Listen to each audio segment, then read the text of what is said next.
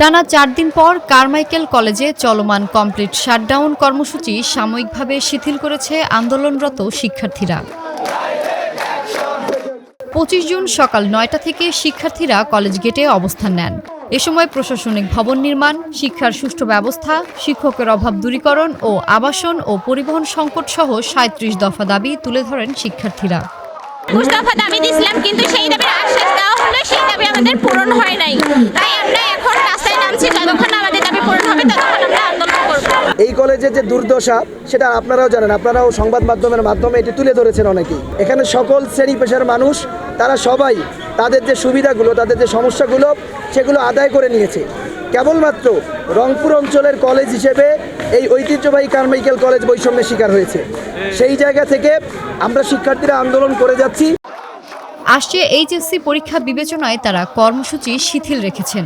পাশাপাশি honours masters পর্যায়ের ভর্তি কার্যক্রমও স্বাভাবিকভাবে চলছে। তবে ক্লাস, অভ্যন্তরীণ পরীক্ষা, প্রশাসনিক কার্যক্রম সহ অন্যান্য সব কার্যক্রম আপাতত বন্ধ থাকবে বলে জানিয়েছেন আন্দোলনকারীরা। এইচএসসি পরীক্ষাকে বিবেচনা করে আমরা আমাদের কর্মসূচি কিছুটা শিথিলতার দিকে যাচ্ছি। তবে এই কর্মসূচি এখানে সমাপ্ত নয়। যদি আমাদের সাথে কোনো ধরনের টালবাহানা করা হয়, যদি এই দাবিগুলো পূরণের ক্ষেত্রে কোনো ধরনের ঢিলামি করা হয়, আমরা এরপর আরো কঠোর আন্দোলন নেমে পুরো রংপুরকে অচল করে দিব ইনশাআল্লাহ। কলেজ প্রশাসনকে 25 দফা দাবির বিষয়ে অধ্যক্ষ বলেন, শিক্ষার্থীদের যৌক্তিক দাবি পূরণে একটি রোডম্যাপ তৈরি করা হয়েছে, যা দ্রুত সময়ের মধ্যে বাস্তবায়ন করা হবে।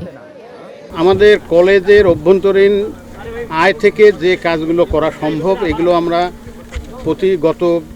প্রথম যেদিন এরা আন্দোলন করে সেটি রাস্তায় আমরা ঘোষণা দিয়েছি যে আমরা এগুলো একটা টাইমলাইন দিয়েছি যে এই কাজগুলো 1 সপ্তাহ, এই কাজটা 2 সপ্তাহ, এরকম টাইম নির্ধারণ করে দিয়েছি এবং সেটা লিখিতভাবে আমার স্বাক্ষরিত এই কাগজ তাদেরকে আমরা দিয়ে দিয়েছি এবং ইনশাআল্লাহ আমরা সেই সময়ের যে নির্ধারিত সময়, সেই নির্ধারিত সময়ের মধ্যে আমরা এগুলো বাস্তবায়ন করতে পারব।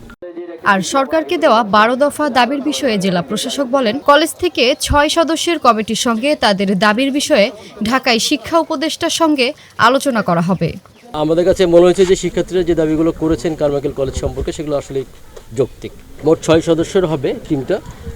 স্টুডেন্ট থাকবে, শিক্ষার্থীরা থাকবে 5 জন এবং কারমাইকেল কলেজের প্রিন্সিপাল মহোদয় সহ তারা যাবেন ঢাকাতে। প্রতিনিধি যে তাদের যে দাবি দেওয়াগুলো আছে এবং যে ইস্যুসগুলো আছে তারা উপদেষ্টা মহোদয়ের সাথে এবং শিক্ষা সচিব স্যারের সাথে তারা সভা করবেন, মিটিং করবেন। এরপর রংপুরে জেলা প্রশাসক Mohammad Robiul Faisal, metropolitan police commissioner Majid Ali ও 17 পদাতিক ব্রিগেডের commander brigadier general Humayun Kayum college campus পরিদর্শন করেন।